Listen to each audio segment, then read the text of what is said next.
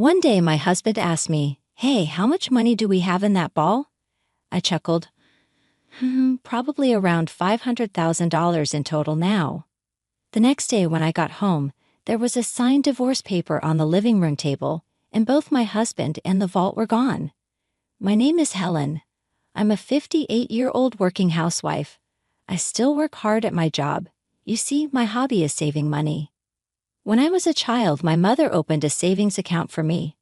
She told me that depositing money in the bank made the numbers in my passbook grow, and I found that very enjoyable. I started depositing a little bit at a time, starting with just $1, and enjoyed watching it grow. So when my savings grew by a few cents in interest each year, it was a delightful surprise to my young self. Being fond of money and how it works, I worked as a financial planner and gave advice on asset management. One day, a friend from college told me, "An old childhood friend is in serious trouble due to debt. Could you give him some advice?" So I decided to meet with him and my friend. This old friend was a handsome man with a refreshing smile. My friend explained that despite his looks, he loves gambling and is struggling to make ends meet.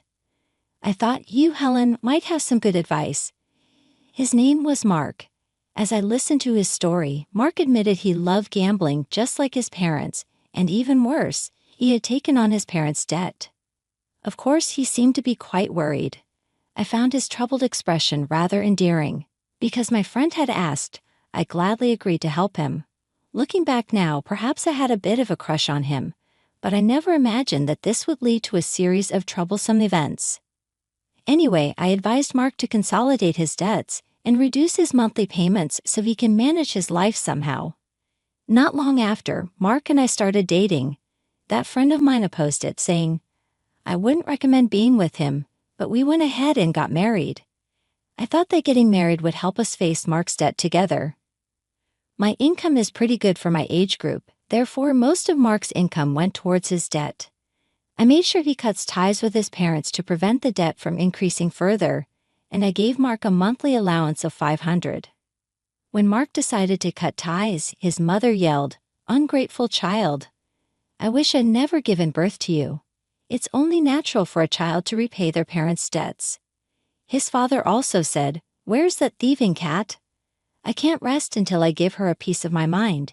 You don't belong to us." My husband Mark, being exhausted from having to deal with my in-laws' debts all this time, finally told them, "Enough is enough.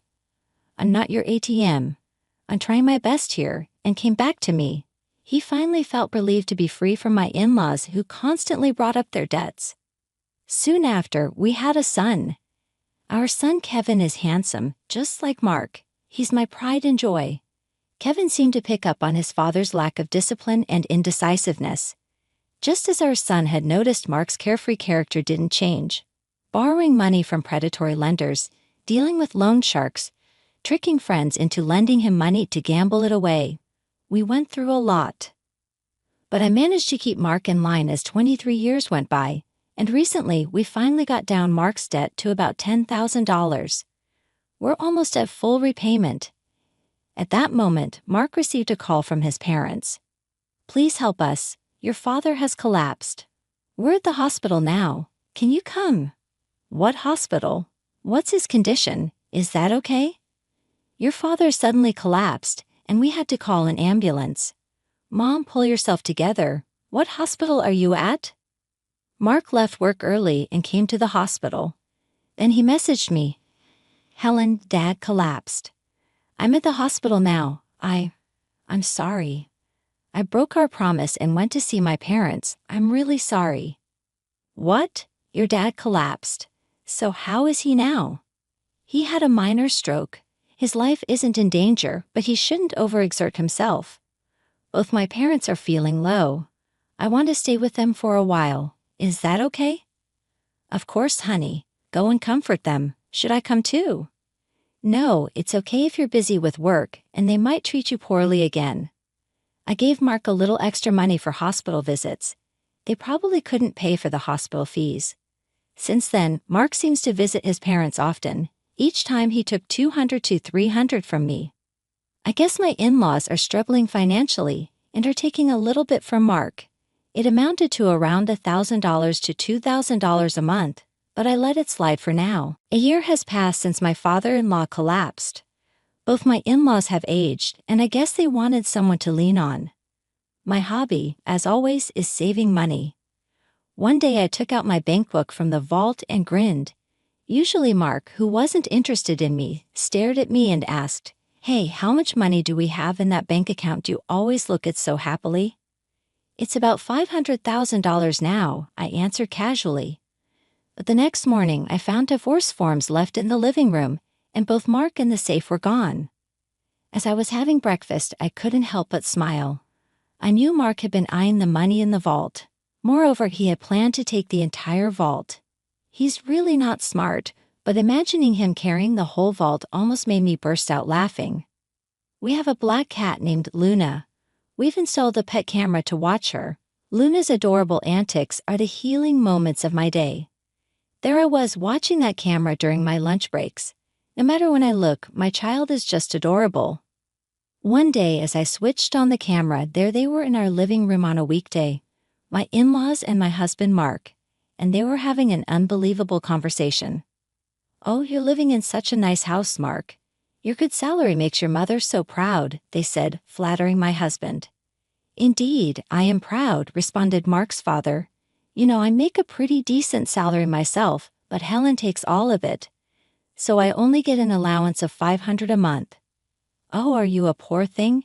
You've been working so hard. Your mother understands," they consoled. "I can't believe she takes all your salary and only gives you $500 a month. That's outrageous. You should be getting more. Why are you obeying such a tyrant like Helen?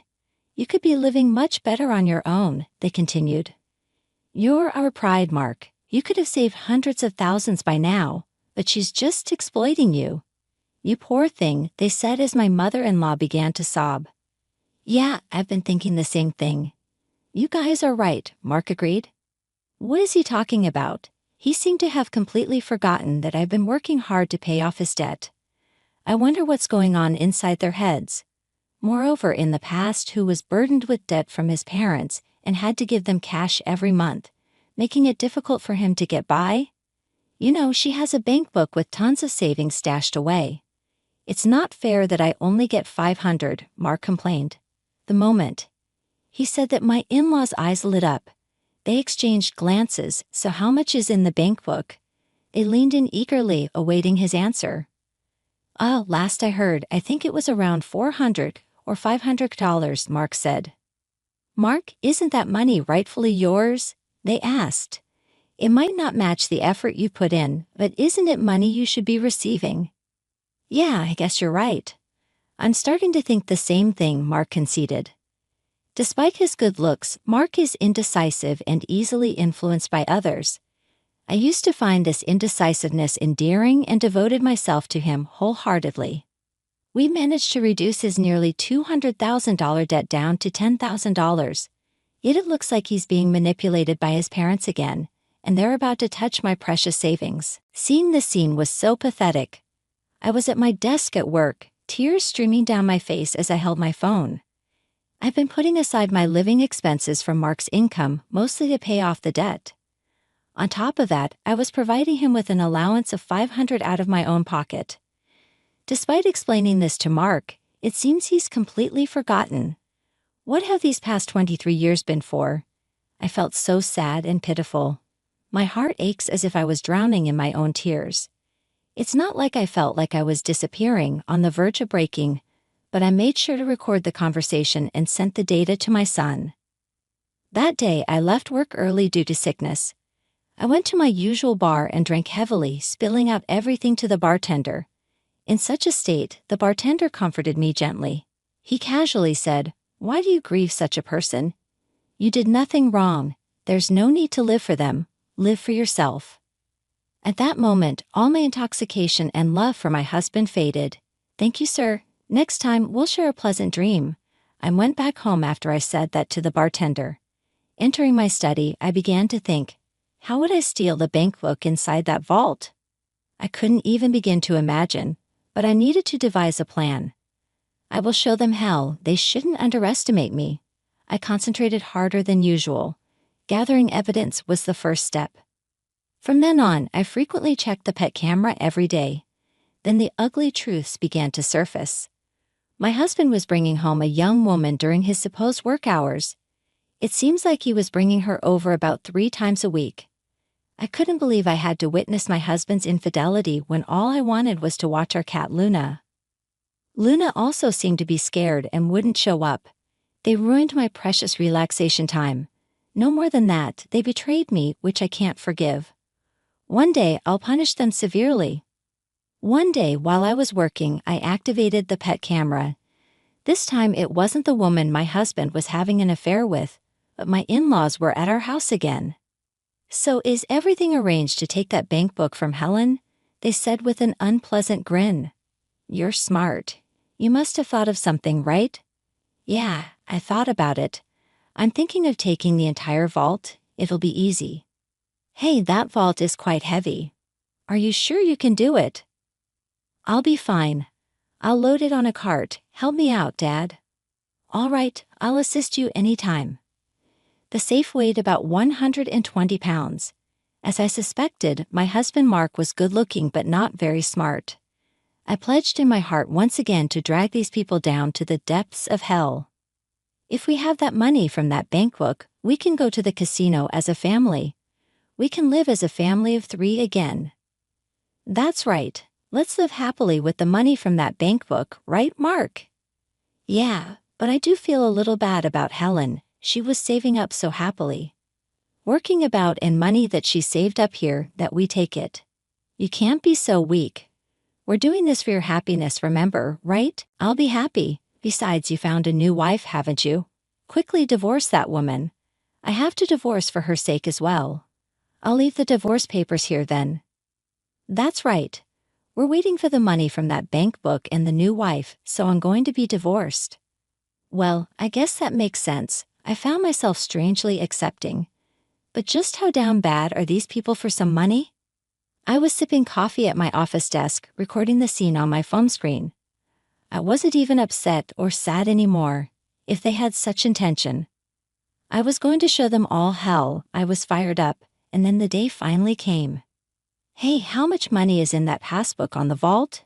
You always seem so happy when you're looking at it." "Right now, there's about $500,000 in there." The next day when I got home, there was a signed divorce paper in the living room, and both my husband and the vault were gone. I had a smirk on my face while having breakfast. I acted quickly. Afterwards, I immediately filed the divorce papers and contacted my son right away. "Kevin, your father finally stole the vault. Can't believe he managed to carry it. It's so heavy." "Mom, I think it's about time you end things with Dad.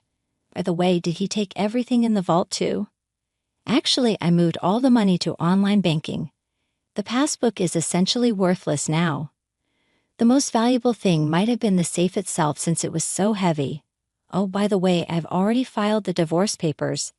Now I'm thinking about filing a police report. What do you think? If you should file a police report, and it would be best to hire a lawyer." "Oh, right, a lawyer. I already had a private investigator on it, but hadn't thought about a lawyer. Thanks, I'm cutting ties with that too." Kevin seemed exasperated. As Kevin suggested, I reached out to a lawyer through my private investigative contact. I handed over the recording from my pet camera to the police and the lawyer and waited. After a while, I received a call from my ex-husband. He sounded quite frantic.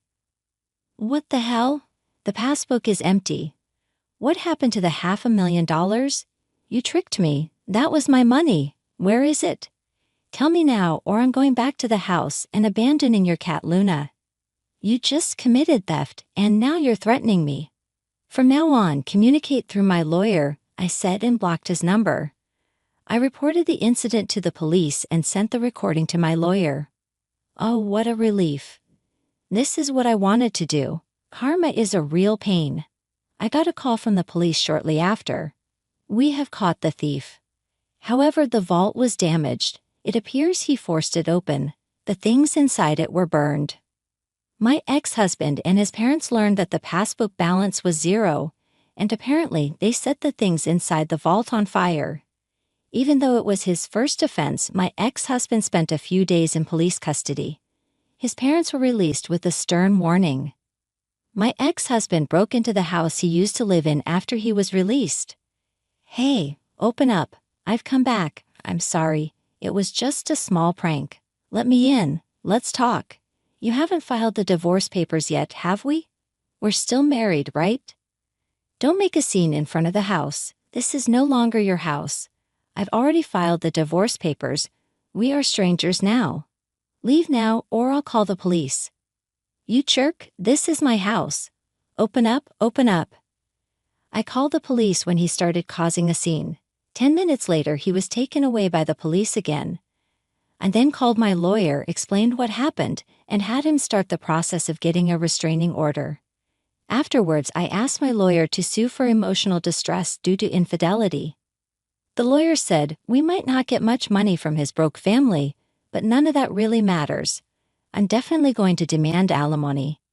It seems the reason he broke into our house was because he was discarded by his mistress and apparently wanted to get back with me. His mistress promptly transferred $10,000 in alimony and seemed to have fled. It seems they split after the vault incident. When the money runs out, so does the love. I'm sure he was enticed by my $500,000. My underpaid ex-husband, who still has $10,000 in debt, and his gambling-addicted parents seem to be struggling with daily life. He appeared to be living in an old single-room apartment without a bath, constantly quarreling among the three of them. This information came from my lawyer.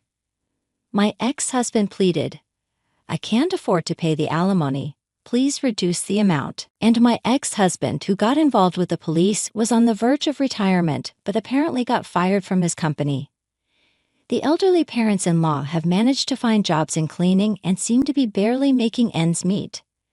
My ex-husband is now working 3 part-time jobs, but these 3 are gambling addicts, so no matter how much money they have, it disappears.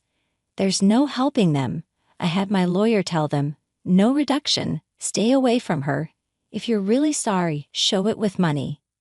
If he had stayed with me, he had planned to end the remaining $10,000 debt by the time he retired, but he fell for the sweet talk of his gambling-addicted parents-in-law. At the end, how foolish. This $500,000 is an accumulation of my savings that I have started building from a very young age. I find it enjoyable to say, small change. There's just something fun about updating the bankbook. So I think I'll start a new bankbook right now. I'm living a relaxed life with my black cat Luna. My son visits occasionally and tells me about his girlfriend. This time, I'm going to spend time for myself. I need to buy a new vault, one that's so big that a person can't carry it, right, Luna?